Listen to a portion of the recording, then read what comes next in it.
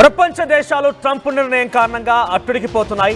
భారతీయులపైన కూడా ట్రంప్ నిర్ణయం చాలా పెద్ద ప్రభావం చూపిస్తోంది. అమెరికా నుంచి ఇండియాకి అక్రమ వలసదారులు ఇప్పటికే ప్రారంభమైపోయారు.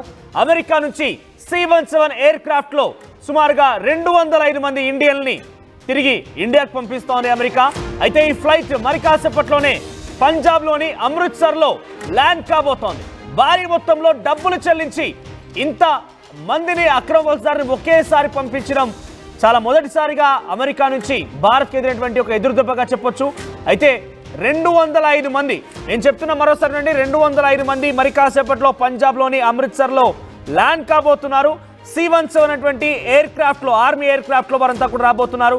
అయితే ఎయిర్ క్రాఫ్ట్ సామర్థ్యం విషయానికి మేము ఈ వార్త చెప్పే ముందు పరిశీలిస్తే కనుక కేవలం 150 మంది కూర్చునేటువంటి సామర్థ్యం గలటువంటి ఈ ఎయిర్ క్రాఫ్ట్ లో 205 మంది అంటే అదనంగా 55 మంది వస్తున్నారంటే ఇక్కడ నేను చెప్పగానే మరో మాట మీకు చెప్తుంది ఏంటంటే వాళ్ళందరినీ కుక్కి పెట్టి ఒకరిపైన ఒకరిని కూర్చోబెట్టి, ఇక్కడ చూడండి లోపల దృశ్యాలు అవన్నీ కూడా నేను డెఫినెట్గా వీటిని ధృవీకరించలేను, వారంతా ఇండియన్స్ అని చెప్పాను, కానీ ఆ రకంగా కుక్కి పెట్టి అంతర్జాతీయంగా ఉన్నటువంటి వివిధ దేశాలకు సంబంధించిన వారు అక్రమ వలసదారులుగా అమెరికాలో స్థిరపడ్డ వారందరికీ కూడా తిరిగి పంపించే క్రమంలో వారి చేతులకి సంఖ్యలు, కాళ్ళకి సంఖ్యలు, నోటికి మాస్క్, వారందరికీ కూడా చాలా ఇబ్బందికరంగానే తిరిగి పెట్టి పంపించేస్తున్నారు.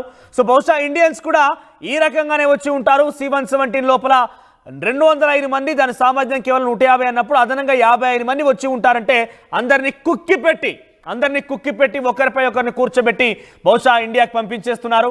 మరి కాసేపట్లో అంతా కూడా ఇండియాకి రాబోతున్నారు. జనరల్గా మీరు ఒకసారి గూగుల్లో సెర్చ్ చేయండి, అమెరికా వెళ్ళాలి ఇండియా నుంచి అంటే మనకు అయ్యే ఖర్చు ఎంత, ఫ్లైట్ టికెట్ ధర ఎంత అంటే నేను చూసిన వరకు సుమారుగా 30,000 నుంచి మొదలుకుంటే 80,000, ₹1,00,000 వరకు కూడా దాదాపుగా ఉంటే ఉండొచ్చు. కానీ ఇప్పుడు C-17 అనే ఈ ఎయిర్ క్రాఫ్ట్ ద్వారా తిరిగి ఇండియన్స్కి పంపిస్తున్నారు చూడండి. వారి కోసం అమెరికా ఒక్కొక్కరి పైన ఏకంగా సుమారుగా ₹5,00,000 ఖర్చు చేస్తోంది. ఒక్కొక్కరి పైన ₹5,00,000 ఖర్చు చేస్తోంది. సుమారుగా ఈ యొక్క ప్రయాణం 8 కోట్ల రూపాయలతో వారందరూ కూడా తిరిగి వెనక్కి పంపిస్తోంది. ఇక్కడ చూస్తుంటే అమెరికా ఎంత పెద్ద మొత్తంలో ఒక ప్లాన్ చేసి అక్కడ ఉన్నటువంటి అక్రమ వసతులు మొత్తం కూడా తిరిగి పంపించే ప్రయత్నం చేస్తున్న చాలా క్లియర్గా అర్థమవుతోంది.